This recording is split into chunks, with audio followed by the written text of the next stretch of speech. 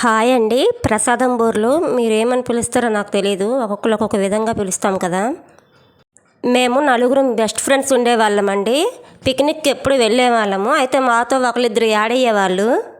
మేము పిక్నిక్లో చేసుకునే వంటల్లో ఇది కంపల్సరీగా ఉండేదండి. ఒక వారం 10 రోజులు ముందుగానే ఎవరు ఎంత డబ్బులు వేసుకోవాలి, ఏ వంటలు చేసుకోవాలి, ఏ ఆటలు ఆడుకోవాలని ప్లానింగ్ వేసుకునే వాళ్ళమండి.